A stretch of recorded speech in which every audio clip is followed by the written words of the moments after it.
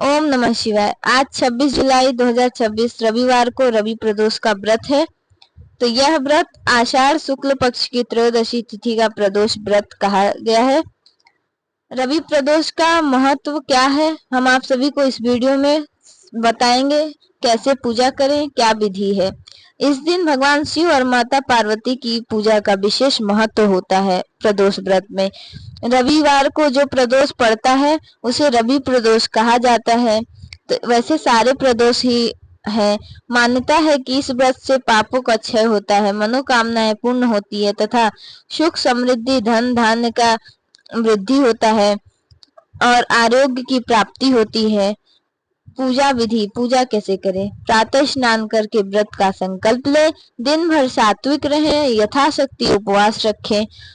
प्रदोष काल सूर्यास्त के आसपास में शिवलिंग का जल, दूध, गंगा जल, दही, शहद और बेलपत्र से भगवान शिव, माता पार्वती सभी का अभिषेक करें। धूप, दीप, अक्षत, सफेद पुष्प, भस्म और नैवेद्य भगवान शिव को अर्पित करें। ओम नमः शिवाय मंत्र की कम से कम 100 माला करें। महामृत्युंजय मंत्र का जाप करें, जिससे आप सभी परिवार में सुखी रहें। प्रदोष व्रत कथा पढ़ें या सुने। अंत में भगवान शिव जी का प्रसाद ग्रहण करें।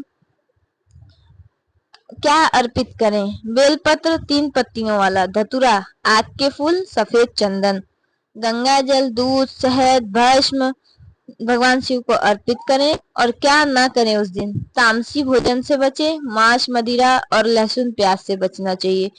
क्रोध, झूठ और किसी का अपमान उस दिन ना करें। बेलपत्र खंडित हो या कीड़े लगे हुए हो तो भगवान शिव जी को बिल्कुल भी अर्पित ना करें। विशेष उपाय, शिवलिंग पर जल में थोड़ा काला तिल मिलाकर भगवान शिव को अर्पित जरूर करें।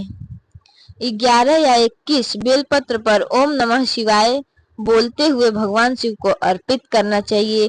गरीब या जरूरतमंद को अन्न, वस्त्र या दक्षिणा का दान करें। उस दिन दान का विशेष महत्व होता है। मुख्य समय, भारत के अधिकांश उत्तर भारतीय क्षेत्रों के अनुसार प्रदोष व्रत का पूजा समय क्या है, हम आप सभी को बता रहे हैं। त्रयोदशी तिथि प्रारंभ हो रही 26 जुलाई दोपहर 1:57 से। त्रयोदशी तिथि समाप्त होगी 27 जुलाई शाम 4:14 पे। तो प्रदोष काल पूजा शाम को 7:15 बजे से 9:20 बजे तक करना है। स्थान के अनुसार कुछ मिनट का अंतर हो सकता है, वो आप देख लीजिएगा आप किस किस शहर से हैं। तो स्नान करके स्वच्छ वस्त्र धारण करें। उस दिन प्रदोष के दिन जल्दी स्नान करना चाहिए। भगवान शिव का जल, गंगा जल, दूध और पंचामृत से अभिषेक जरूर करें। सुबह भी करें और प्रदोष काल में भी करें। बेलपत्र, धतूरा, भस्म, चंदन और सफेद पुष्प भगवान शिव को जरूर से जरूर अर्पित करें। घी का दीपक जलाएं। 108 बार ओम नमः शिवाय मंत्र का जाप करें। भगवान शिव को प्रसन्न करें। महामृत्युंजय मंत्र का कम से कम 11 या 21 बार जाप जरूर करना चाहिए। इससे हमारे सभी दुख कष्ट दूर होते हैं। भगवान शिव जी की आरती करें। प्रदोष व्रत की कथा सुने या प्रदोष व्रत की कथा कहें। 11 बेलपत्र ओम नमः शिवाय बोलते हुए भगवान शिव जी को जरूर अर्पित करें। बेलपत्र का बहुत महत्व है। विशेष उपाय भी करें। शिवलिंग पर जल में काला तिल मिलाकर अर्पित करें।